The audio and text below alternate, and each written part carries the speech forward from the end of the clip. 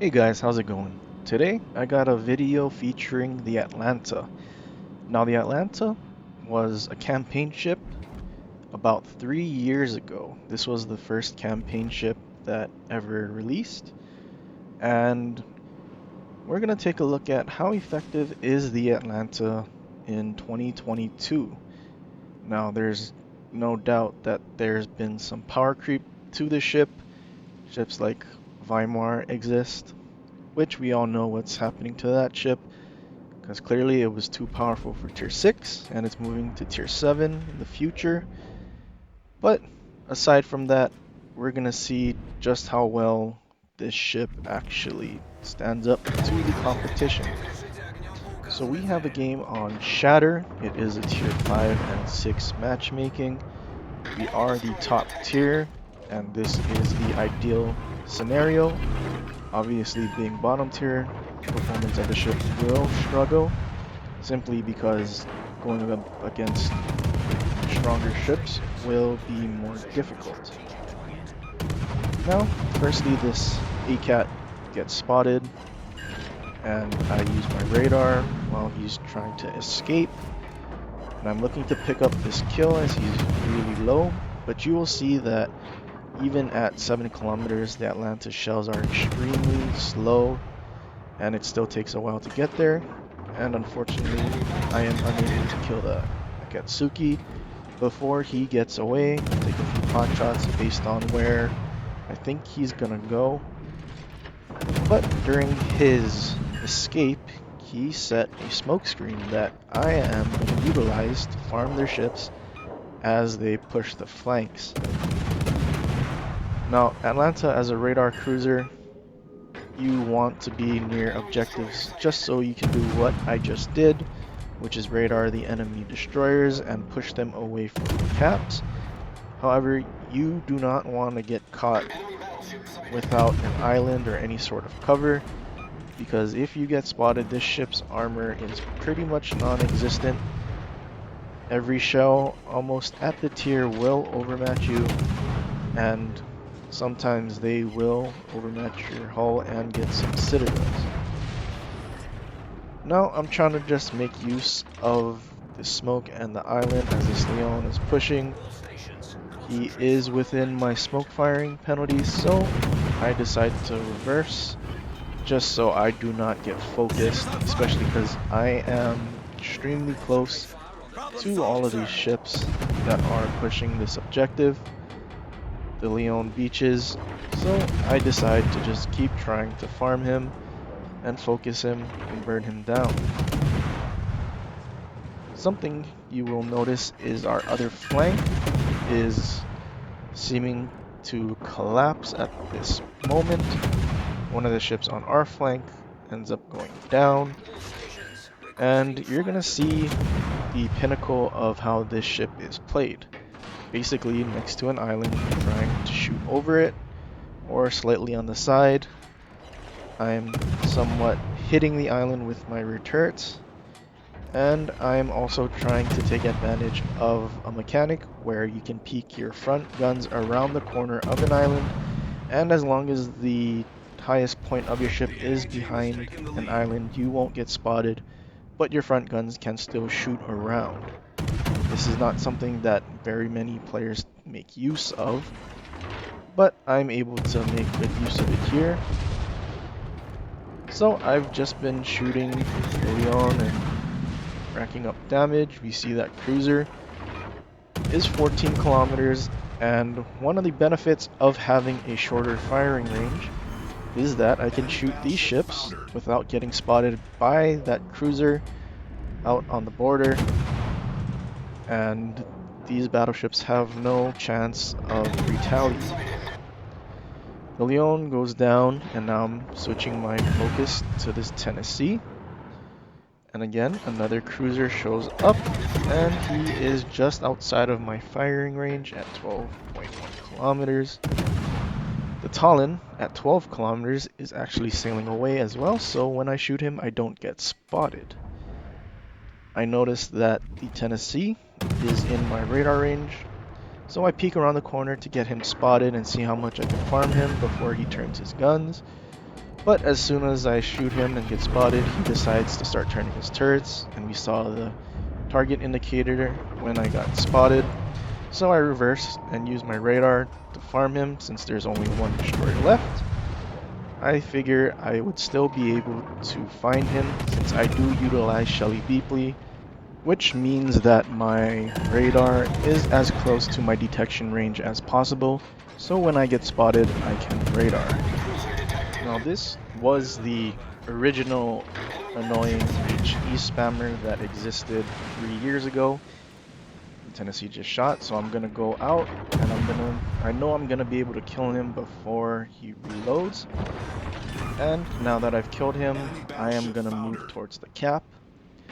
But like I was saying, this was the original HE spammer that annoyed the entire player base simply because this ship could do what I just did, shoot over islands without being spotted, and no one really had any way of dealing with it unless you spotted it or someone spotted it and then you were able to actually shoot at it. Moving into the cap, I see that all I have left on this flank is the Colorado, who is being pushed by 3 ships. So I'm just trying to help him out as much as I can. That West Virginian damage caught a single fire. But he's starting to move behind the island, and I see that this York is closing the distance on him. I was farming that West Virginia earlier, and I'm able to get an arsonist out of him. But this is something you definitely don't want to be doing in a battleship, which is pushing closer to ships that have torpedoes. Ideally, you would have turned away and been able to kill the York without throwing your ship away. But right now, all I'm trying to do is help our Colorado kill this York. But unfortunately, this York decides to go into the border and ride it while he's gonna kill our Colorado, who is also right there. I think ideally, this Colorado may have been trying to ram the York after he survived the torpedoes, but he was unsuccessful. So now at this point there is a York and a Talon on this flank. The Sinop is closing into Bravo. So if we can't kill these cruisers, we will be in trouble because we will be between 2 cruisers, a battleship, and a destroyer.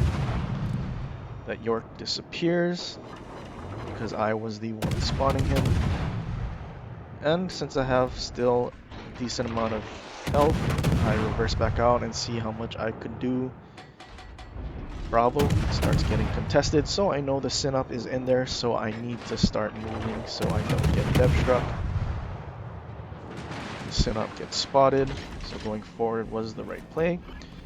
Their Talon is very low on HP, so I am hoping that I can either kill him or my last remaining teammate can. And we're gonna start shooting him because we need to start getting ships off the board if we're gonna have any sort of chance to win. At this point, I'm thinking I'm gonna be able to kill him, so I decide to turn away, but I'm shattering on his 25mm plating since Atlanta can only pen 21. Right at the edge of my firing range and getting to the border, I am able to pick him up and get my 4th kill. The Sinop is being spotted by our friendly cruiser, so I am gonna do my best to try and farm him. But I realize I am located, so their destroyer is close. I use my sonar, and since Shelly Beepley has RPF pointing in the direction of the closest ship, I will more than be able to find their last destroyer and be able to kill him off. I noticed the RPF flicks to the left slightly and is not pointing at where the Sinop is, so I know that the destroyer is on the left side of this island. So I turn that way and I'm slowing down and turning away, and with that is my Kraken. Yeah, 5 kills and 116,000 damage.